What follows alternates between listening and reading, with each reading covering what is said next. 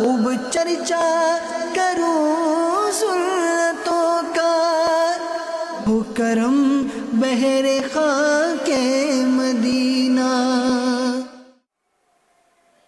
अल्हम्दुलिल्लाहि रब्बिल आलमीन वस्सलातु वस्सलामु अला सय्यिदिल मुरसलीन अम्मा बअद फ़अऊज़ु बिल्लाहि मिनश शैतानिर रजीम बिस्मिल्लाहिर रहमानिर रहीम अस्सलातु वस्सलामु अलैका या रसूलल्लाह व अला आलिका व अस्हाबिका या हबीबल्लाह। अस्सलातु वस्सलामु अलैका या नबियल्लाह व अला आलिका व अस्हाबिका या नूरल्लाह। नवैतु सुन्नतल इतिकाफ।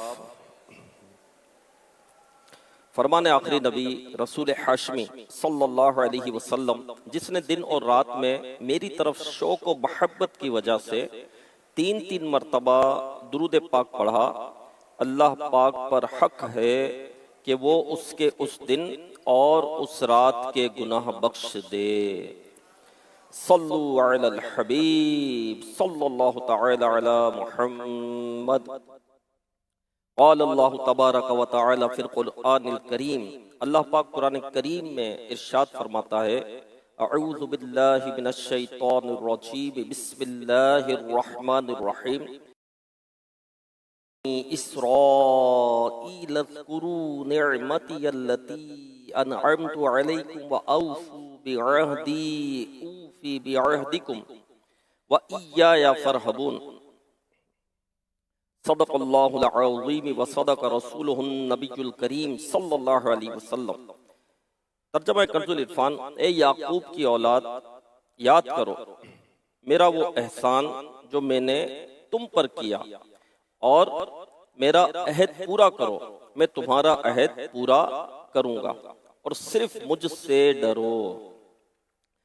प्यारे इस्लाम भाइयों, मदनी चैनल के नाजरीन, हज़रत याकूब अला नबीना वाली सलातु वस्सलाम अल्लाह पाक के नबी हैं और हज़रत इब्राहीम अलैहि सलातु वस्सलाम के पोते हैं। हज़रत इसहाक अला नबीना वाली सलातु वस्सलाम के बेटे हैं। तो आपके 12 बेटे थे हज़रत याकूब अला नबीना वाली सलातु वस्सलाम के, और उनमें से एक हज़रत यूसुफ अलैहि सलाम और 11 उनके भाई। और इसराइल जो है ये हज़रत याकूब अला नबीना वाली सलातु वस्सलाम का लक़ब है। इसराइल के माना है अब्दुल्लाह, अल्लाह का बंदा के माना अब्द के हैं, ईल के माना जो हैं वो है अल्लाह। ये अबरानी ज़बान का लफ्ज़ है इसराइल। तो इसके एक माने अब्दुल्लाह के भी हैं, अल्लाह का बंदा, और एक माना इसका ये भी है कि फरमा बरदार। क्योंकि हज़रत याकूब अला नबीना वाली सलातु वस्सलाम का कुछ वाक़या यूँ है कि हज़रत इसहाक अला नबीना वाली सलातु वस्सलाम आपके वालिद हैं। तो एक मरतबा हज़रत इसहाक अला नबीना वाली सलातु वस्सलाम ने हज़रत याकूब अलैहि सलातु वस्सलाम को दरवाजे पर खड़ा किया, और आप कमरे में तशरीफ ले गए और कहा कि किसी को आने मत देना। अब एक फरिश्ता हज़रत इसहाक अला नबीना वाली सलातु वस्सलाम से मिलने के लिए आया। अब वालिद साहब का हुक्म था कि किसी को आने मत देना। तो हज़रत याकूब अला नबीना वाली सलातु वस्सलाम पहचान नहीं सके उस फरिश्ते को, दरवाजे पर रोक दिया। अब उस फरिश्ते ने इसरार किया मिलने के लिए, आपने भी मतलब कि रोका, क्योंकि वालिद साहब का हुक्म था कि अंदर किसी को आने मत देना। थोड़ी सी आवाज़ बुलंद हुई तो हज़रत इसहाक अला नबीना वाली सलातु वस्सलाम बाहर तशरीफ़ लाए तो देखा कि फरिश्ता खड़ा हुआ है। तो आप तो पहचान गए। तो आपने हज़रत याकूब अलैहि सलातु वस्सलाम से फरमाया कि बेटा ये फरिश्ता है, इनको आने दो। फिर फरिश्ते ने कहा हज़रत इसहाक अलैहि सलातु वस्सलाम से कि आपका बेटा तो बड़ा फरमाबरदार है, क्योंकि हुक्म था वालिद का कि किसी को अंदर मत आने देना, तो मुझे आने नहीं दिया, तो आपका बेटा बड़ा फरमाबरदार है। तो उस फरिश्ते ने फिर आपको लक़ब दिया इसराइल। ठीक है। तो मेरे प्यारे इस्लाम भाइयों, बनी इसराइल जो है ये आपकी औलाद में से है, हज़रत याकूब अला नबीना वालिही सलातु वस्सलाम की। तो हज़रत याकूब अलैहि सलातु वस्सलाम का लक़ब है इसराइल, और हजरत याकूब अला नबीना अलैहिस्सलातु वस्सलाम किनके बेटे हैं? हजरत इसहाक अला नबीना अलैहिस्सलातु वस्सलाम के। और हजरत इसहाक अला नबीना अलैहिस्सलातु वस्सलाम किनके बेटे हैं? हजरत इब्राहीम अलैहिस्सलातु वस्सलाम के बेटे हैं। तो बनी इसराइल जो है मेरे प्यारे इस्लामी भाइयों, अपने जमाने की बहुत फजीलत वाली कौम थी। अल्लाह पाक ने इन पर बड़ा करम किया, इन्हें बड़ी फजीलतें जो है दी और इन पर बड़ी अताएं की। यानी हजरत याकूब अलैहिस्सलातु वस्सलाम से लेकर हजरत ईसा अला नबीना अलैहिस्सलातु वस्सलाम तक कमोबेश सारे नबी बनी इसराइल में तशरीफ लाए। यानी हजरत याकूब अला नबीना अलैहिस्सलातु वस्सलाम की औलाद में 4 बड़ी आसमानी किताबों में से 3 किताबें तौरात, ज़बूर और इंजील बनी इसराइल ही के लिए नाज़िल हुई। प्यारा आका मक्की मदनी मुस्तफ़ा सल्लल्लाहु अलैहि वसल्लम की जो ज़ाहिरी ज़िंदगी थी, इसमें भी बनी इसराइल मौजूद थे और मदीना पाक में रहते थे, अब भी कहीं कहीं मौजूद हैं। हमने पारा 1 सूरह बकरा की आयत 40 सुनी। इस आयत करीमा से लेकर पहले पारे के आखिर आयत यानी 141 तक कमोबेश 102 आयत में बनी इसराइल ही से खिताब है। इन्हें ईमान कबूल करने की दावत दी गई। इन पर जो अल्लाह पाक ने इनामात किए और वो बयान किए गए कि तुम पर किस कदर इनामात बयान दिए गए, और इन्होंने जो नाशुक्रिया की उसका इस पे तस्करा हुआ। जो जराइम किए वो इन्हें याद दिलाए गए और दावत दी गई कि अब तो सुधर जाओ, अब तो सुधर जाओ कि तुम पर इतने इनामात किए गए, तुम पर इतना करम किया गया, लेकिन अब भी तुम राह रास्त पर नहीं आते। और हमारे नबी मोहम्मद अरबी सल्लल्लाहु अलैहि वसल्लम का कलीमा पढ़कर दुनिया और आखिरत में इज्जत पालो। कुरान करीम की इस नेकी की दावत के नतीजे में कई बनी इसराइल ने कलीमा पढ़ा और सहाबियत के दर्जे पर भी फाइज हुए और बहुत सारों ने कुफ्र का रास्ता भी इख्तियार किया। हम इंशाअल्लाह करीम एक एक दो दो करके ये आयत सुनेंगे और इनसे जो हमें सबक मिलता है इसे सीखने की कोशिश करेंगे।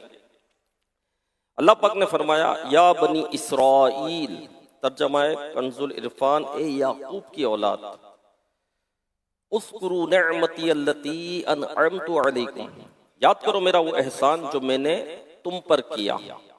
यानी वो नेमतें जो तुम पर तुम्हारे आबा व अजदाद पर हुई। मसलन तुम्हें जमाने भर में फजीलत दी गई, तुम्हारी नजात के लिए फिरऔन को गरक किया गया, क्योंकि फिरौन जो है बनी इसराइल पर बड़े मसालिम ढाता था, बड़ी तकलीफ पहुंचाता था। तो अल्लाह पाक ने फिरौन से जो है इनको नजात दी। तुम्हें दरियाए नील में 11 रास्ते बना कर दिए गए, तुम्हारे लिए आसमान से मनो सलवा उतारा गया, तुम्हारे गुनाहों को बख्शा गया, तुम्हारे लिए अंबिया भेजे गए, किताबें उतारी गई, तुम्हें बादशाहतें अता हुई, तुम्हें उरूज बख्शा गया, तुम्हें जमाने का पेशवा बनाया गया, वगैरह हजार इनामात में जो सारी इंसानियत से हटकर खास तौर पर तुम पर हुए। इन सब इनामात को याद करो। अच्छा, ये याद करके फिर क्या करना है? फरमाया, व औफू बिअहदी ऊफी बिअहदिकुम, तर्जमा कंजुल इरफान, और मेरा अहद पूरा करो, मैं तुम्हारा अहद पूरा करूंगा। यानी वो वादा जो तुमसे लिया गया वो तुम पूरा कर दो, इसके सिले में वो वादा जो हमने तुमसे किया हम वो पूरा कर देंगे। इस अहद से मुराद कौन सा अहद है? इस वादे से मुराद कौन सा वादा है?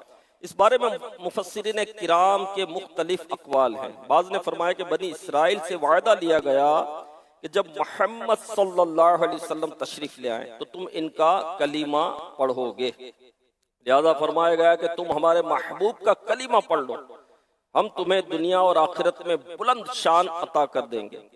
बाज रिवायत में है इसका माना है कि तुम अल्लाह पाक की फरमा बरदारी करो, अल्लाह पाक तुम्हें जन्नत अता फरमाएगा।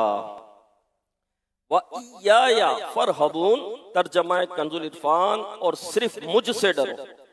और तुमको जो अपनी आमदनी बंद होने का डर है इसको दिल से निकाल दो, सिर्फ हमसे खौफ करो। अगर तुम ईमान ले आए तो देखना कि तुम्हारी इज्जत और आबरू, माल और दौलत वगैरह में तरक्की होगी। यानी अल्लाह ने फरमाया कि हमसे डरो, क्योंकि ये डरते थे कि अगर सरकार अलैहिस्सलातु वस्सलाम पर हम ईमान ले आए, हालांकि इनको पता था कि ये अल्लाह के आखिरी नबी हैं, ये वही अल्लाह के आखिरी नबी है जिनका सदियों से हमें इंतजार था, ये इनको पता था, वो निशानियां इनको पता थी। यानी सरकार अलैहिस्सलातु वस्सलाम को कि ये अल्लाह के आखिरी नबी हैं, बनी इसराइल इस तरह पहचानते जिस तरह अपनी औलाद को कोई पहचानता है। कि अपनी औलाद को तो कोई नहीं भूलता ना, अपनी औलाद को कौन भूलता है, बेटा तो बाप के सामने होता है, ठीक है। यानी इतना वाज़ेह निशानियां थी और इस तरह पहचानते थे, लेकिन ईमान नहीं ले आए। क्यों ईमान नहीं ले आए? कि ईमान ले आएंगे तो हमारी बादशाहतें चली जाएगी, लोग हमारे खिलाफ हो जाएंगे और जो हमें इनामात मिल रहे हैं, इकरामात मिल रहे हैं, वो हमसे ले लिए जाएंगे। तो अल्लाह पाक ने फरमाया कि तुम उससे डरो, इससे मत डरो। तो प्यारे इस्लाम भाइयों, इस आयत में हमें कई एक असबाक मिलते हैं। नंबर 1, पहला सबक ये है कि जब किसी को समझाना हो, नेकी की दावत देनी हो, तो इसके लिए अल्फाज खूबसूरत इस्तेमाल करने चाहिए। देखिए, इन गैर मुस्लिमों को ए बनी इसराइल कहकर मुखातिब किया गया कि ए बनी इसराइल कहा कि याकूब अलैहिस्सलातु वस्सलाम की औलाद। और पहले मैंने अर्ज किया कि इसराइल के माना क्या है? फरमा बरदार, अब्दुल्ला, अल्लाह का बंदा, कि तुम्हारे वालिद जो है ये फरमा बरदार थे, इताअत गुजार थे। तो ए बनी इसराइल, ए फरमा बरदार बाप के बेटों, यानी कितने अच्छे और खूबसूरत अल्फाज में इन गैर मुस्लिमों को पुकारा गया। क्यों? इसलिए कि नेकी की दावत देनी है, दीन की तरफ लेकर आना है। तो जब नेकी की दावत देनी हो, दीन की तरफ लाना हो, तो अच्छे अल्फाज इस्तेमाल करने चाहिए। यानी ए वो लोगों जिनके वालिद बहुत फरमा बरदार थे, तुम भी अपने वालिद के तरीके पर चलो और अल्लाह पाक के फरमा बरदार बन जाओ। ये खूबसूरत किताब है, एक ये खूबसूरत खिताब है। इसमें ये सबक है कि जब किसी को समझाना हो तो खूबसूरत अल्फाज होने चाहिए और तरगीबी अल्फाज के साथ समझाया जाए। अगर किसी को कहेंगे तुम तो बेवकूफ़ हो, तुम तो समझते ही नहीं हो, तुम में अक्ल नहीं है, कितनी मर्तबा तुम्हें बताया, तुम मानते ही नहीं हो बात को, तो फिर उसकी समझ में नहीं आएगा। यानी जब बड़ों को समझाना हो, कि बाज़ औक़ात खताएं बड़ों से भी होती है, तो बड़ों को समझाना और समझाना वाजिब भी हो जाता है। तो फिर जो है मेरे प्यारे इस्लाम भाई, बड़ों को बड़े एहतराम और बड़ी हिकमत के साथ समझाना पड़ता है। और छोटों को जब समझाए तो शफकत के साथ, मोहब्बत के साथ, उल्फत के साथ, प्यार के साथ समझाया जाए। जैसा कि हसनैन करीमैन रज़ी अल्लाह तआला अन्हुमा का वाक़या है। एक बड़ी उम्र के शख्स जो है वो वुज़ू कर रहे थे, उनकी वुज़ू में गलतियां थी, उनकी वुज़ू में जो है वो खताएं थी। तो दोनों भाई जब देखा कि ये बड़े शख्स हैं, बड़ी उम्र के शख्स हैं और वुज़ू ये दुरुस्त नहीं कर रहे और गलतियां कर रहे हैं, अब है बड़ी उम्र के बड़े शख्स हैं, तो अब इन दोनों ने जो है ये हिकमत अमली अपनाई कि उनसे कहा कि ज़रा हम दोनों वुज़ू करते हैं, ज़रा आप देखिए कि अब में कौन अच्छा वुज़ू करता है, तो ज़रा आप नोट कीजिए, आप चेक कीजिए। तो दोनों ने वुज़ू किया। जब दोनों ने वुज़ू किया तो अब वो समझ गए कि वुज़ू तो इनका जो है वो कामिल है, मेरे वुज़ू में ही कमी है, मेरे वुज़ू में ही खता है, मेरा ही वुज़ू दुरुस्त नहीं है। तो कहा बेटा मैं समझ गया कि मेरा वुज़ू जो है इसमें और मेरी समझ में आए। तो कितनी प्यारी हिकमत, कितनी प्यारी हिकमत। अल्लाह पाक ने अक्ल अता की है, अल्लाह पाक ने अक्ल दी है ना, अक्ल दी है। तो जब बंदे का दिल साफ होता है, सुथरा होता है, पाकीज़ा होता है, तअस्सुब से, बुग़्ज़ से, कीने से, गुस्से से खाली होता है, तो फिर ये हिकमतें आती है। क्योंकि मकसूद इस्लाह है कि किसी की इस्लाह हो जाए। लेकिन अगर उसके लिए दिल में गुस्सा भरा हुआ है या गुस्सा उस पर आ जाता है, तो फिर जो है गुस्सा अक्ल पर गालिब आ जाता है। और जब गुस्सा आता है तो समझ लो कि सोचने समझने की सलाहियत पर छा जाता है। तो जब भी इस्लाह करनी हो तो इसके लिए मेरे प्यारे इस्लाम में प्यारे अल्फाज, अच्छे अल्फाज, हिकमत अमली अच्छी और पक्की तदबीर के साथ होना चाहिए। और छोटों को भी समझाना है तो शफकत से समझाना है, मोहब्बत से समझाना है। आप झाड़ेंगे, आप लिताड़ेंगे, आप शोर करेंगे, आप चीखेंगे, आप चिल्लाएंगे, आप बेवकूफ कहेंगे, आप बेअक्ल कहेंगे, आप जो है उसकी बुराइयां करके समझाएंगे, तो जाहिर है कि फिर जिद पैदा हो जाएगी, जिद पैदा हो जाएगी। क्योंकि उसको आप पर कुदरत नहीं है, वो जवाब नहीं दे सकता, वो आपसे लड़ नहीं सकता, लेकिन जिद पैदा होगी, गुस्सा आएगा, गुस्सा निकाल नहीं सकता। जब बंदा किसी पर गुस्सा निकाल नहीं सकता ना, और उमूमन होता ही है कि अपने से बड़े पर गुस्सा नहीं निकलता, अपने से छोटे पर गुस्सा निकल जाता है, अपने तहत जो होता है उस पर गुस्सा निकल जाता है। बच्चा अपने तहत होता है तो उस पर गुस्सा भी निकलता है, उसको मारते भी है, उसको झाड़ते भी है, उसको लिताड़ते भी है, उस पर चीखते भी है, उस पर चिल्लाते भी है। लेकिन अपने से कोई ताकतवर हो, अपने से कोई ऊपर हो, सेठ हो, उस्ताद हो, कोई मतलब के बड़ा ओहदेदार हो, कोई हुकूमती लेवल का आदमी हो कि यार ये तो पकड़ कर बंद कर देगा, ये तो यार इससे तो अपने नहीं पहुंच सकेंगे, तो अब इस पर गुस्सा नहीं निकलता, इस पर गुस्सा निकल नहीं सकता। वालिदैन हो नहीं निकलता, बाज तो वालिदैन के सामने भी बोलते हैं माअज़ल्लाह अस्तगफिरुल्लाह। तो फिर क्या होता है कि गुस्सा जब निकाल नहीं पाता ना बंदा, तो ये गुस्सा जो है फिर कीने में तब्दील हो जाता है, और कीना होता है दिल में छुपी हुई दुश्मनी। अब जिसके लिए दिल में छुपी हुई दुश्मनी होगी उसकी बात क्या असर करेगी, उसकी बात असर करेगी। अब इसके लिए तो दिल में दुश्मनी पैदा हो गई कि इसने तो मुझे जलील किया था, मुझे बेइज्जत किया था, मुझे छाड़ा था, मुझे मारा था, मुझे लिताड़ा था।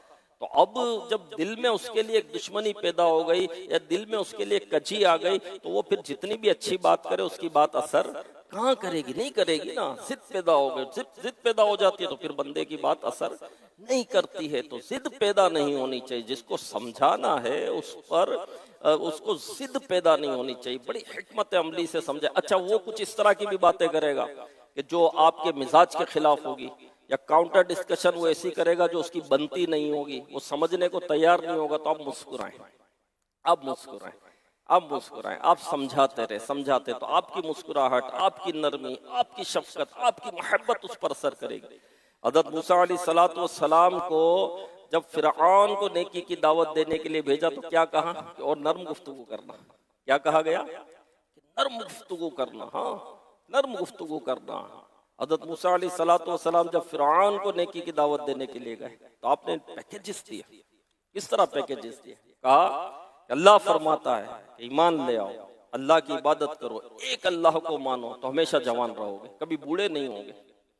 जवानी की जो लज्जतें हैं वो हमेशा मिलती रहेगी, कभी बुढ़ापा नहीं आएगा। ये पैकेज दिया, ईमान ले आओ, इसी तरह तुम्हारी बादशाहत खत्म नहीं होगी, हमेशा बादशाह रहोगे, और मरते ही तुम्हें जन्नत नसीब होगी। ये तीन फिरौन को तीन पैकेजेस दिए। आज के दौर में पैकेजेस समझ में आता है, ये दिए गए कि कभी भी बुढ़ापा नहीं आएगा, जवान रहोगे, जवानी की जो लज्जत है वो पाते रहोगे, और जो है हमेशा बादशाह रहोगे, तुम्हारी बादशाहत, तुम्हारी सल्तनत कभी नहीं जाएगी, और मरते ही तुम्हें जन्नत नसीब होगी। फिरौन को समझ में आ गया था, फिरौन को समझ में आया, अच्छा कभी बूढ़ा नहीं होगा, मेरी बादशाहत कभी भी नहीं जाएगी, और मरते ही जन्नत, ऐसी नेमत है। लेकिन फिरौन जो है वो जब भी कोई काम करता था अपने वजीर हामान से मशवरा करके करता था। तो फिरौन ने कहा कि मैं हामान से मशवरा कर लूं। फिर उसने हामान से मशवरा किया कि भाई ये नेमतें मिल रही हैं कि कभी बूढ़ा नहीं होगा, हमेशा की बादशाहत रहेगी, मरते ही जन्नत मिल जाएगी, समझ में तो आता है। तो हामान ने कहा कि मैं तो तुझे बड़ा अक्लमंद समझता था, मैं तो तुझे बड़ा अक्लमंद समझता था, भाई ये सब मिलेगा लेकिन तू बंदा हो जाएगा, तुझे इबादत करनी पड़ेगी, अभी तो तू खुदा है, अभी तो तेरी इबादत हो रही है। हाँ मैं तो खुदा हूं। इसका ज़हन पलट गया। तभी कहते हैं कि मशवरा भी जो है उसके अहल से लेना चाहिए, हर मशवरा हर एक से लेना नहीं चाहिए, मशवरा भी उसके अहल से लेना चाहिए। जो दीन, इस्लाम और शरीयत और आखिरत के फायदे की बात है और हमारे सामने वाज़े है, तो अब इस पे क्या मशवरा। यानी असर की अजान हुई तो बंदा मशवरा करेगा मैं असर पढ़ूं कि नहीं पढ़ूं, इसमें कोई मशवरा करना ही नहीं है, असर तो फर्ज है मुझ पर। मगरिब की अजान हुई तो मैं मशवरा करूं मैं मगरिब पढ़ूं कि नहीं पढ़ूं, मगरिब की बाद अवाबीन पढ़ते हैं मगरिब में, तो मशवरा करे मैं अवाबीन पढ़ूं कि नहीं पढ़ूं, मैं रात को तहज्जुद में उठा करूं नहीं उठा करूं, क्या मशवरा है आपका। तो ये थोड़ी होगा भाई, मैं तिलावत करूं नहीं करूं, क्या मशवरा है आपका, तो ये थोड़ी होगा। यहाँ तो मतलब के आखिरत का फायदा ही फायदा, ये चीजें तो बिल्कुल वाज़ेह है हमारे सामने, इस पे क्या मशवरा होगा। तो दीनी मामलात हैं, दुनियावी मामलात हैं, उस पर बंदा मशवरा करता है कई चीजों पर, लेकिन जो हमारे सामने वाज़ेह चीजें हैं तो उस पर क्या मशवरा होगा। तो मेरे प्यारे इस्लाम भाइयों, समझाने का अंदाज ये नर्म होना चाहिए, मुस्बत होना चाहिए और प्यार भरा अंदाज होना चाहिए कि मोहब्बत, प्यार, शफकत में बड़ी ताकत है मेरे प्यारे इस्लाम भाइयों। मेरे आका अलैहिस्सलातु वस्सलाम का सहाबा किराम अलैहिम रिदवान को जो समझाने का अंदाज होता था, मिसालें देकर समझाते, एक बात को कई मरतबा आप दोहराते हैं जी समझाने के लिए, और अंदाज इतना प्यारा होता था कि एक मरतबा आपका गुजर एक जगह से हुआ साहबे किराम अलैहिम रिदवान के साथ, तो एक बकरी का बच्चा, मुर्दा बच्चा, छोटे कान वाला, वो मुर्दा पड़ा था। तो आका अलैहिस्सलाम ने उस बकरी के मुर्दा बच्चे का कान पकड़कर कहा कि कौन है जो इसको 1 दिरहम में खरीदे। अब मुर्दा बच्चा है, छोटे कान वाला है, पहले ही उसमें ऐब है, और फरमा रहे कि कौन है जिसको जो इसको 1 दिरहम के बदले खरीदे। और इसकी या रसूल अल्लाह सल्लल्लाहु अलैहि वसल्लम, ये तो जिंदा होता तो भी कोई ना खरीदता कि इसके कान छोटे हैं, एक कान छोटा है इसका, इसमें ऐब है, ये तो मुर्दा, इसको कौन खरीदेगा। तो मेरे आका अलैहिस्सलाम ने फरमाया कि जिस तरह इस बकरी के बच्चे की वक़्त तुम्हारे सामने नहीं है, इसी तरह इससे भी ज्यादा ये दुनिया अल्लाह के नजदीक हकीर है। किस अंदाज से समझाया, किस मिसाल से समझाया, किस तरतीब से समझाया, है ना। तो मिसाल से जब समझाया जाता है तो वो बात जो है वो जहन में बैठ जाती है, बंदा भूलता नहीं है। तो मेरे प्यारे इस्लामी भाइयों, एक तो ये कि अल्लाह पाक ने किस खूबसूरत अंदाज में जो है ये इनको कहा कि या बनी इसराइल, ए याकूब अलैहिस्सलाम, यानी फरमा बरदार बाप के बेटो। इसी तरह दूसरी बात जो हमें यहाँ सीखने को मिली, अल्लाह पाक ने बनी इसराइल को फरमाया उज़्कुरू निअमती अल्लती अनअमतु अलैकुम, याद करो मेरा वो एहसान जो मैंने तुम पर किया। तो इससे मालूम हुआ कि नेमतों को याद करना दिल में फरमा बरदारी बढ़ाता है। अल्लाह पाक फरमा रहा है ना कि याद करो मेरा वो एहसान जो मैंने तुम पर किया। तो क्या मालूम हुआ कि जो अल्लाह पाक की नेमतें, अल्लाह ने जो हमें नेमतें अता की है, जब उन नेमतों को हम याद करते हैं तो दिल में फरमा बरदारी बढ़ती है। इसीलिए बनी इसराइल को कहा गया कि जो नेमतें तुम पर हुई इन्हें याद करो और इसके जरिए से अल्लाह पाक के फरमा बरदार बन जाओ। हाँ, तो हमें भी अल्लाह की नेमतें याद करनी चाहिए ना कि अल्लाह पाक ने हमें कितनी नेमतें अता की। हम तो शिकवे ही कर रहे होते हैं, शिकायतें कर रहे होते हैं, आजमाइशें हमें याद होती है, इम्तिहान हमें याद होते हैं, परेशानियां हमें याद होती है, गम हमें याद होते हैं, मुसीबतें हमें याद होती है, बीमारियां हमें याद होती हैं। हाँ, और जब किसी के सामने तस्किरे भी करते तो बीमारियों के तस्किरे करते हैं, आजमाइशों के तस्किरे करते हैं, गमों के तस्किरे करते हैं। कोई मिलेगा तो भाई क्या हाल है, खैरियत, तुम्हें नहीं पता यार मैं तो एडमिट था, हाँ 1 महीना एडमिट रहा, 5 तो डॉक्टर मैंने बदले, मैं तो ऑपरेशन तक बात चली गई थी, लेकिन फिर बस बच गया। बड़ी दवाएं, बड़ी तकलीफ में, बड़े गम में, बड़ी मुसीबत में, बड़ी आजमाइश में मेरा वक्त गुजरा। हाँ, खा नहीं सकता था, पी नहीं सकता था, ड्रिपें चढ़ती थी, ये चढ़ता था। अच्छा भाई, खा नहीं सकते थे, पी नहीं सकते थे, बीमारी थी, एडमिट हो गए, ड्रिपें चढ़ गई, ऑपरेशन तक बात पहुंच गई, बुखार था, उतर नहीं रहा था। कितना टाइम ये रहा आपको, ये मसला आपके साथ कितना अरसा रहा? 20 दिन। हाँ, 20 दिन तो मेरे साथ रहा, नहीं 15 से 20 दिन रहा। अच्छा, 15 से 20 दिन आपके साथ ये मसला रहा। अच्छा, आपकी उम्र कितनी है भाई? उम्र मेरी 40 साल है। अच्छा, 40 साल उम्र है आपकी। अच्छा, 40 साल में एडमिट कितनी मरतबा हुए? फर्स्ट टाइम ही हुआ, फर्स्ट टाइम हुआ मैं एडमिट। पहले भी बुखार वगैरह हल्के फुल्के तो चढ़ते, फर्स्ट टाइम। कितने दिन? 15 दिन। अल्लाह के बंदे, 40 साल तक तू सेहत के साथ चलता रहा, जमीन पर खाता रहा, पीता रहा, अल्लाह की नेमतों से फायदा उठाता रहा, कमाता रहा, तो तुझे वो याद नहीं है, वो बयान नहीं कर रहा तू, और तू 15 दिन एडमिट क्या हो गया, और 15 दिन तुझे बुखार क्या चढ़ गया, और 15 दिन तेरा खाना पीना बंद क्या हो गया, और ड्रिपों पर तू क्या आ गया, तो तुझे ये याद है। और ये 15 दिन जो है वो तू बयान कर रहा है। सब सोचने की बात है ना, तवज्जो चाहिए, ये सोचने की बात है। राहत में जो वक्त गुजरता है वो याद नहीं होता, सुकून में जो वक्त गुजरता है वो याद नहीं होता, मजे से पूरी पूरी रात बंदा सोता रहता है वो याद नहीं रहता। कभी एक रात नींद नहीं आएगी, नींद उड़ जाएगी, कोई टेंशन, यार कल तो पूरी रात नहीं सोया यार, पूरी रात नींद नहीं। अल्लाह के बंदे इतने टाइम तक जो सोता रहा, इसका क्या? एक नौजवान ने के सर में दर्द था तो वो पट्टी बांध कर आया। सर में दर्द होता है तो पट्टी जैसे बांधते हैं, तो पट्टी बांध कर आया सर पर। तो हजरत राबिया बसरिया रहमतुल्लाही अलैहा, आपने जो है वो उससे कहा कि पट्टी क्यों बांधी है? वो सर में दर्द हो रहा है। अच्छा, सर में दर्द हो रहा है, तो आपने कहा कि सर में दर्द हुआ तो शिकवे की पट्टी बांध दी, या आपने चोट की? वरना सर में दर्द, मेरा आका अलैहिस्सलातु वस्सलाम की खिदमत में भी हाजिर हुआ है, सर का दर्द, आका अलैहिस्सलातु वस्सलाम से पट्टी बांधना भी साबित है। लेकिन आपने चोट की उसको समझाने के लिए कि तुमने सर में पट्टी बांध ली शिकवे की, और अल्लाह ने जो इतनी नेमतें अता की उसकी पट्टी नहीं बांधी। सर में मामूली दर्द हुआ तो पट्टी बांध कर निकल गए। सर का दर्द, पेट का दर्द, बुखार, नजला, खांसी, जोड़ों का दर्द, कमर का दर्द, ये सब आता तो अल्लाह की तरफ से ही है। इसमें अल्लाह की हिकमत है और इससे शिफा भी रब ही की तरफ से मिलती है। तो शिकवे की पट्टी बांध ली और अल्लाह ने इतनी नेमतें अता की, तो कभी इसकी पट्टी नहीं बांधी कि बंदा पट्टी बांध कर आ जाए। क्यों पट्टी बांधी? तो अल्लाह ने मुझे सेहत की नेमत दी, अल्लाह ने मुझे औलाद की नेमत दी, वो मुझे खिला रहा है, वो मुझे पाल रहा है। आज मैंने नाश्ता भी किया, दोपहर का खाना भी मैंने खाया, रात का खाना भी खाया, बच्चों ने भी खाया, अल्लाह का शुक्र है, इसलिए मैं पट्टी बांध कर आ गया। तो बोले शुक्राने की पट्टी कभी नहीं बांधी, शिकवे की पट्टी बांध कर आ गया। ये चोट करने के लिए समझाया। तो मेरे प्यारे इस्लामी भाइयों, मुफस्सिर शहीर हकीमुल उम्मत मुफ्ती अहमद यार खान नाईमी रहमतुल्लाहि अलैह ने इस जगह फरमाया कि रब की नेमत, अपने गुनाह और दूसरों के अच्छे सलूक याद करना। तवज्जो से सुनिएगा, रब की नेमत, अल्लाह ने जो नेमतें दी उसको याद करना। अल्लाह ने इतनी नेमत दी, आंख की नेमत, जबान की नेमत, मैं बोल सकता हूँ, मैं जायका चख सकता हूँ। हाँ, इस जबान में आप देखें, आप आम खाएं तो उसका भी जायका वो अलग आएगा, सेब खाएं तो इसका जायका अलग होगा, चीकू खाएं तो इसका जायका अलग होगा, है ना।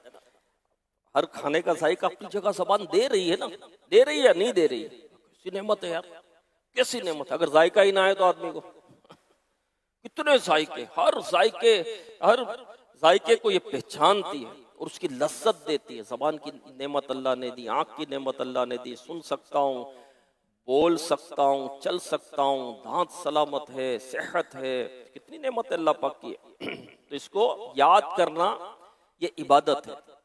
अपने गुनाह और दूसरों के अच्छे सलूक याद रखना, ये याद करना इबादत है।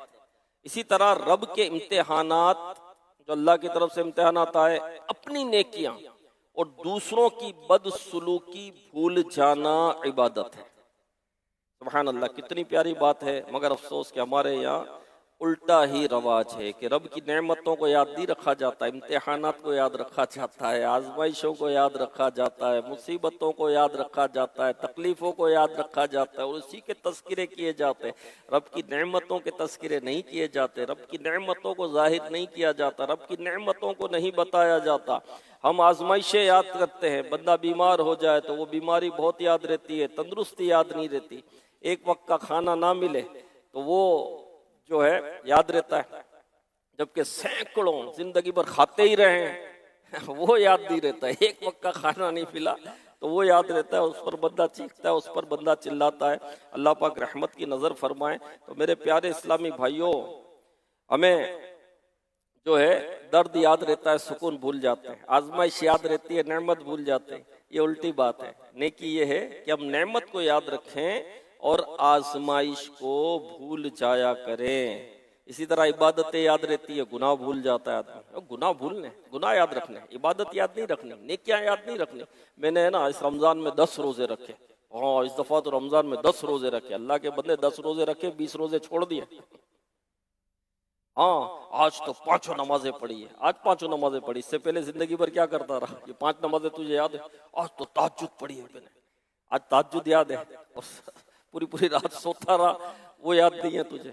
हाँ, तो मेरे प्यारे इस्लामी भाइयों, अपने गुनाह याद रखने चाहिए, गुनाह याद रखने चाहिए। गुनाह याद रखना इबादत है। और फिर डरना चाहिए, खौफ करना चाहिए। उतबतुल गुलाम रहमतुल्लाहि अलैह के मुतालिक आता है कि आप एक जगह से गुजरे तो आप वहां थर थर कांपने लगे, पसीने से शराबोर हो गए, कांपने लगे। किसी ने कहा क्या हुआ? तो कहा कि बचपन में मुझसे गुनाह यहाँ हुआ था, तो मुझे याद आ गया। बचपन में एक गुनाह मुझसे यहाँ हुआ था, वो मुझे याद आ गया। ये अपने गुनाहों को इस तरह याद रखते थे, भूलते नहीं थे।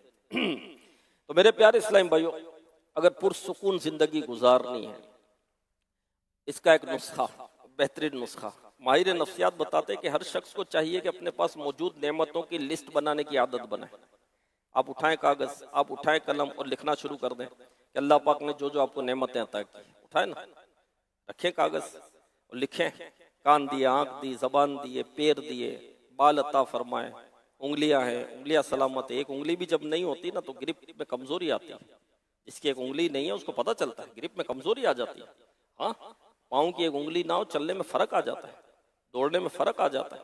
जी हाँ, उंगली कितनी बड़ी नेमत है अल्लाह पाक की। इसी तरह अल्लाह पाक ने बाल अता किए। फिर जिस्म के अंदरूनी जो निज़ाम है, जो सिस्टम चल रहा है, जो किडनीज है हमारी, सिर्फ किडनी की हम बात करें तो ये जो है इसका काम है एक पूरा। जो चीज़ हम खाते हैं, जो चीज़ हम पीते हैं, तो सबको अलग अलग करती है ये। कोई जूस भी पिया तो उसका मतलब कि जो फजूल चीज़ें होंगी उसको अलग करेगी। किडनी फेल हो जाती है तो फिर डायलिसिस होते हैं, और जब डायलिसिस होते हैं तो कितनी तकलीफ होती है कि वो बंदा जो है बिस्तर पर एड़ियाँ रगड़ता है, यहाँ से वो दालत, मुख्तलिफ इसके तरीके हैं। और फिर खून जो है निकलता है, मशीन पर आता है, यानी किडनी का काम वो मशीन कर रही होती है। फिर इसमें वक्त देना पड़ता है, बुखार चढ़ जाता है, तकलीफ होती है, धक्के लगाने पड़ते हैं, पैसा खर्च होता है। अल्लाह पाक ने ये दो मशीनें हमारे अंदर फिट कर दी। हम बैठे हैं ये अपना काम कर रही है, हम लेटे हैं ये अपना काम कर रही है, हम चल रहे हैं ये अपना काम कर रही है ना। कभी इसका शुक्र अदा किया? कहते हैं कि किसी की 60 साल की उम्र हो और ये किडनी का काम अगर वो मशीन के जरिए करे तो इसका 10 अरब रुपए का खर्चा है। इसका खर्च 10 अरब रुपए का। जी हाँ, एक तहकीक है ये किडनी। आप बताएं मेरे प्यारे इस्लामी भाई, कभी इसका शुक्र हमने अदा किया? कभी हमने इसका शुक्र अदा किया? कितनी बड़ी नेमत है। जिसकी किडनी फेल हो जाए, करोड़ों रुपया उसके पास हो, क्या फायदा? किडनी फेल हो गई, जिसकी काम नहीं कर रही, करोड़ों रुपया नहीं अरबों रुपया उसके पास हो, क्या फायदा? आप मुझे बताओ मेरे भी। कितनी तकलीफ में, कितनी तकलीफ में, पानी नहीं पी सकता, वो पानी नहीं पी सकता। एक बादशाह था, उसके साथ यही प्रॉब्लम था। तो उसने देखा कि एक गुलाम आया, उस बादशाह का एक गुलाम आया और उसने एक कूजा पानी का भरा और खटाखट पी गया। बादशाह पानी नहीं पी सकता था, इसकी किडनी फेल थी। तो इसने देखकर कहा कि काश पानी पीने के मामले में मैं तेरी तरह होता। आए, मैं बादशाह हूं लेकिन पेट भरकर पानी नहीं पी सकता, जी भरकर मैं पानी नहीं पी सकता, लेकिन तू गुलाम है, लेकिन तू खटाखट मेरे सामने तू पानी पी रहा है। तो मेरे प्यारे इस्लामी भाइयों, लिखें कि अल्लाह पाक ने कितनी हमें नेमतें अता की। ये सूरज हमारे लिए निकल रहा है, कितनी बड़ी नेमत है। सूरज किसके लिए निकल रहा है? इतना बड़ा सूरज, सूरज जमीन से 13 लाख गुना बड़ा है। सूरज में 13 लाख जमीन आ सकती है, इतना बड़ा ये सूरज है। ये किसके लिए निकल रहा है? हमारे लिए निकल रहा है। सूरज किसके लिए गुरूब हो रहा है? हमारे लिए गुरूब हो रहा है। सूरज की रोशनी हमारे लिए कितनी जरूरी, खेत खलियान के लिए कितनी जरूरी। ये जमीन किसके लिए बिछाई गई? हमारे लिए। खेत किसके लिए? हमारे लिए। खलियान किसके लिए? हमारे लिए। चौपाए किसके लिए? इंसान के लिए है ना। चौपाए किसके लिए? इंसान के लिए। अनाज किसके लिए? इंसान के लिए। दरख्त किसके लिए? इंसान के लिए। फल किसके लिए? हमारे लिए। जड़ी बूटियां किसके लिए? हमारे लिए। बादल किसके लिए चलते हैं? हमारे लिए। बारिश किसके लिए बरसती है? हमारे लिए। दरिया किसके लिए? हमारे लिए। आबशार किसके लिए? हमारे लिए। सारी नेमतें लिखें, आप रजिस्टर भर देंगे, रजिस्टर के रजिस्टर भर देंगे, लेकिन आप नेमतें लिख नहीं सकेंगे। क्यों मेरे प्यारे इस्लाम भाइयों? कि दुनिया भर में रेत के जर्रे कम हैं, अल्लाह की नेमतें ज्यादा हैं। पानी के कतरे कम हैं, अल्लाह की नेमतें ज्यादा हैं। दरख्तों के पत्ते कम हैं, रब की नेमतें ज्यादा हैं। तो मेरे प्यारे इस्लाम भाइयों, लिस्ट तो बनाएं कि अल्लाह ने कैसी कैसी नेमतें और कितनी बड़ी बड़ी नेमतें अता की और बिन मांगे अता की। सूरज की नेमत को पाने के लिए कितना खर्च करते हैं। चांद की नेमत, चांद की भी नेमत है, चांद भी हमारे लिए, या इंसान को इसके फवाइद मिलते हैं। तो इस नेमत को पाने के लिए कितना खर्च किया आपने, मुझे बताइए मेरे प्यारे। जमीन को बिछाने के लिए, जमीन पर चल सकते हैं, बैठ सकते हैं, जमीन ना होती तो इस नेमत को पाने के लिए कितना खर्च किया, कितने में खरीदे, आप बताएं मुझे मेरे प्यारे इस्लामी भाई। तो बिन मांगे इतनी बड़ी बड़ी नेमतें अल्लाह ने हमें अता की है। जब बंदा इसकी लिस्ट बनाएगा तो इंशाअल्लाह एहसास कमतरी से जान छूट जाएगी, अल्लाह का शुक्र अदा करेगा, अल्लाह की इबादत की तरफ बंदे को रग़बत होगी। और जो दूसरों को देख देख कर मायूस जो हो रहे होते हैं कि फलां को ये मिल गया, उसको ये मिल गया, मैं तो महरूम रह गया, अपनी तो किस्मत ही खराब है वगैरह, ऐसे जो शिकवे करते हैं, इनसे भी जान छूट जाएगी। और हसद से बचने का भी बेहतरीन तरीका है कि अपने पास मौजूद नेमतों को याद कीजिए। दूसरों को मिली हुई नेमतों को ललचाई नजर से देखने की नौबत नहीं आएगी। इसी तरह अपनी नेमतों को याद करना दिल को फरमा बरदार बनाता है। आप कभी मिली हुई नेमतों की लिस्ट बनाइए, इंशाअल्लाह करीम दिल से निकलेगा अल्हम्दुलिल्लाह, या अल्लाह तेरा शुक्र है, या अल्लाह। अभी हम बैठे हुए, ये भी नेमत है। बाद लोग बैठ नहीं सकते, बैठे हुए ना, इसमें नेमत है। बाज अभी बिस्तर पर पड़े हुए हैं, पैरालाइज है, नहीं चल पा रहे, नहीं उठ पा रहे, जमीन पर कदम नहीं रख पा रहे, हम बैठे हुए मजे से यहाँ पर। हाँ, और फिर ये भी नेमत है कि मस्जिद में बैठे हुए, अल्लाह के घर में बैठे हुए, कोई पता नहीं जुआ खाना में बैठा हुआ, कोई शराब खाना में बैठा हुआ, कोई गुनाह के अड्डे में बैठा होगा। अल्लाह की रहमत है, अल्लाह का करम है कि अल्लाह के घर में हम मस्जिद में बैठे हैं। तो मेरे प्यारे इस्लामी भाइयों, अल्लाह का हमें शुक्र अदा करना चाहिए। और तीसरी इस आयत से जो हमें मदनी फूल मिला, नसीहत की बात मिली, वो ये है कि वअफ़ू बिअहदी ऊफ़ी बिअहदिकुम, और मेरा अहद पूरा करो, मैं तुम्हारा अहद पूरा करूंगा। यानी ए बनी इसराइल, तुम मेरी फरमाबरदारी करो, मैं तुमसे राजी हो जाऊंगा और तुम्हें जन्नत में दाखिल करूंगा।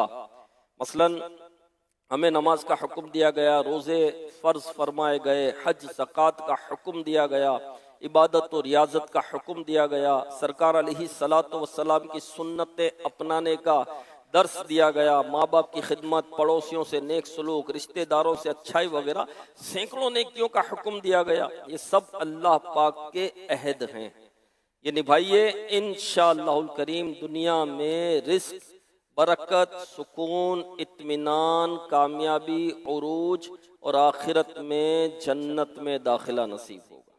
हाँ, यानी प्योरिटी सेट करें, हम प्योरिटी सेट करें, हम इबादत छोड़ देते हैं बाज़ औक़ात माल की खातिर, दुनियावी काम की खातिर, पैसे की खातिर, या हमें किसी चीज में तकलीफ महसूस हो रही होती है तो नेकी की दावत, मतलब हमें ऐसा लगता है जैसे कि एक शख्स था, नेक शख्स था, घर में आया वो तो बच्चे सो रहे थे, तो इसने बच्चों की अम्मी से पूछा कि क्या बच्चों ने ईशा की नमाज पढ़ ली है? तो कहा नहीं पढ़ी। तो कहा उठाओ ईशा की नमाज पढ़ाओ इनको, क्यों नहीं पढ़ी? तो बच्चों की अम्मी ने कहा कि अभी ये भूखे हैं, घर में खाने को कुछ है नहीं, एक दाना अनाज नहीं। गरीब शख्स था, नेक भी था, गरीब भी था, तो एक दाना अनाज का नहीं है।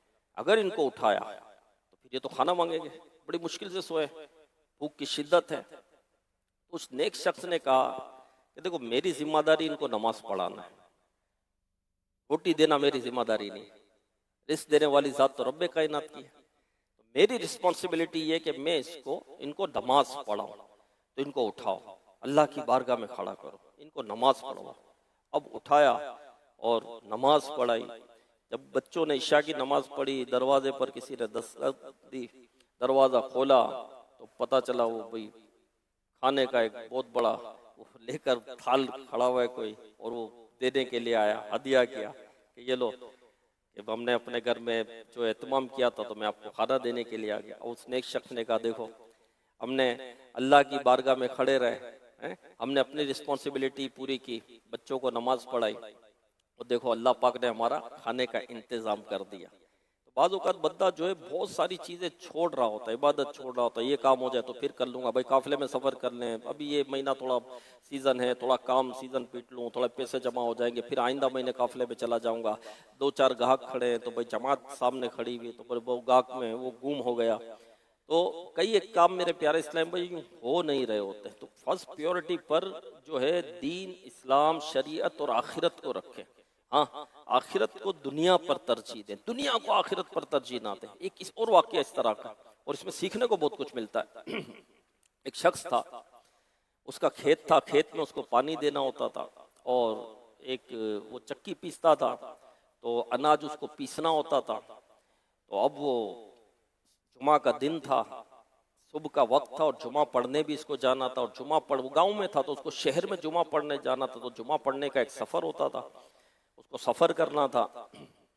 अब वो जो है जैसे आया खेत को पानी देने, इसका जो गधा था एक, उसने रस्सी छुड़ाई और वो गधा भागा जंगल की तरफ, बहुत जोर से भागा। अब ये तो परेशान हो गया, अब सोचने लगा कि मैं गधे को पकड़ने के लिए भी जाता हूँ, इसके पीछे जाता हूँ तो खेत में पानी कौन देना रह जाएगा, और ये जो मुझे अनाज पीसना है ये दोनों काम रह जाएंगे, ये दो नुकसान है।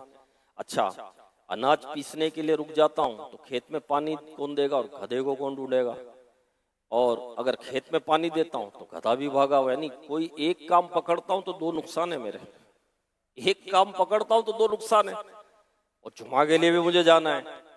अब इसने कहा छोड़ो सब भाई, जुमा के लिए चलते हैं, जुमा तो पढ़ो।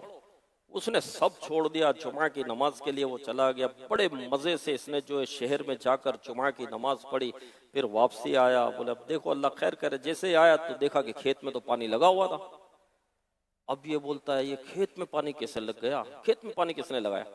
तो किसी ने बताया कि भाई जो पड़ोस आपका पड़ोसी खेत वाला है ना, जो पड़ोस की जमीन थी, वो शख्स रात में आया, उस वक्त वो नींद में था, तो गलती से तुम्हारे खेत में पानी दे दिया। और फिर उसको आया कि ये तो मेरा खेत नहीं है, दूसरे तुम्हारा है, तो इसने अपने खेत में भी पानी दे दिया। बोले वाह, खेत में भी पानी लग गया। अब जैसे ही ये उस चक्की की तरफ गया तो अनाज पिसा हुआ है, अनाज पिसा हुआ था। तो इसने पूछा ये अनाज किसने पिसा? तो कहा कि वो अनाज तो रखा हुआ था इस पर। पड़ोसी आया तो उसने गलती से अपना अनाज पीस दिया। फिर उसको याद आया कि तुम अपना, ये तो इसका अनाज मैंने पीस दिया। तो ये पीस कर खुद घर पहुंचा गया कि मुझसे गलती हो गई, तुम्हारा अनाज मैंने गलती से पीस दिया। अब ये बोलता है अनाज भी पीस गया। जैसे ही घर में दाखिल हुआ तो गधा भी खड़ा हुआ था। तो गधा को कैसे आया, इसको किसने ढूंढा, कौन लेकर आया?